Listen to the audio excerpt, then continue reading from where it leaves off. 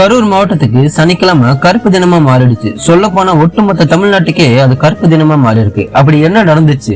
27ஆம் தேதி சனிக்கிழமை தமிழக வெற்றி கழகத்தோட பிரச்சாரம் நடந்துச்சு. தேர்தல் பிரச்சாரத்துல கலந்துகிட்ட சில ரசிகர்களும் பொதுமக்களும் கூட்ட நெரிசல் காரணமா 40 பேர் வரைக்கும் இறந்திருக்காங்க. 115க்கும் மேற்பட்டவங்க ஹாஸ்பிட்டல்ல அட்மிட் ஆயிருக்காங்க. இவ்வளவு பெரிய சம்பவம் நடக்க காரணம் போதுமான இடவசதி இல்லாத காரணத்தால் தான். மக்கள் கூட்டம் அதிகமா என்றதாலும் இப்படிப்பட்ட ஒரு சம்பவம் நடந்திருக்கு. 10,000 பேர் கூடுற இடத்துல 20,000 பேர் கூடுனா கொஞ்சம் யோசிச்சு பாருங்க எவ்வளவு கூட்டம் இருந்திருக்கும்னு.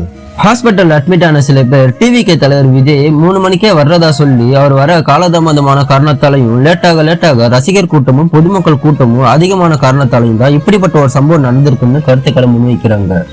இதுல குழந்தைய பறி கொடுத்த ஒரு பொண்ணு என்ன சொல்றாங்கன்னா, போலீஸ் ப்ரொடெக்ஷன் சரியா இல்லைன்னு சொல்றாங்க. டிவிகே தலைவர் விஜய் சார் பேசும்போதே பவர் கட் ஆகியிருக்கு. இதுல கூட்ட நெரிசல்ல தள்ளுமுள்ளு ஏற்பட்டு ஒருத்தருக்கு மேல ஒருத்தர் விழுந்து எந்திரிக்க முடியாத சூழ்நிலையிலையும் மயங்கி கீழே விழுந்திருக்காங்க. இதுல ரொம்பவும் பரிதாபமான விஷயம் என்னன்னா, ஒரே குடும்பத்தை சேர்ந்த 3 பேர் இறந்திருக்காங்க. தண்ணி இல்லாத காரணத்தாலையும் சில பேர் மயங்கி இருக்காங்க. விஜய் சார் பேசும்போது ஆம்புலன்ஸ் வர ஆரம்பிச்சிருக்கு. இதுல முக்கியமான நோட் பண்ண வேண்டியது, ஆம்புலன்ஸ்ல டிவிக்கு கொடி இருந்துச்சு. ஸ்பீச் அப்ப விஜய் சாரே சொல்றாரு ஆம்புலன்ஸ்ல நம்ம கொடி இருக்குன்னு. இதுல இன்னும் ஒரு சந்தேகம் என்னன்னா, விஜய் சார் ஸ்பீச் அப்ப யாரோ செருப்பு தூக்கி எரிஞ்சிருக்காங்க. சோ ரசிகர்களும் விஜய் பார்க்க வந்த மக்களும் யாருமே அப்படி செய்யறதுக்கு வாய்ப்பே இல்லை. 40 பேர் இறந்திருக்காங்க. விஜய் ஸ்பீச் அப்ப பவர் கட் ஆகிருக்கு. விஜய் சார் மேலே செருப்பு தூக்கி எரிஞ்சிருக்காங்க. இதுக்கு சரியான இன்வெஸ்டிகேஷன் வேணும்னு பல அரசியல் தலைவர்கள் சொல்லியிருக்காங்க.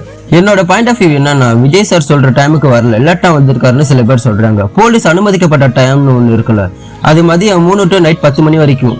சோ ஏன் அந்த 10 மணி வரைக்கும் கொடுக்கணும்? இவ்வளவு நேரம் கொடுத்ததாலையும் இப்படிப்பட்ட ஒரு சம்பவம் நடந்திருக்கலாம்ல.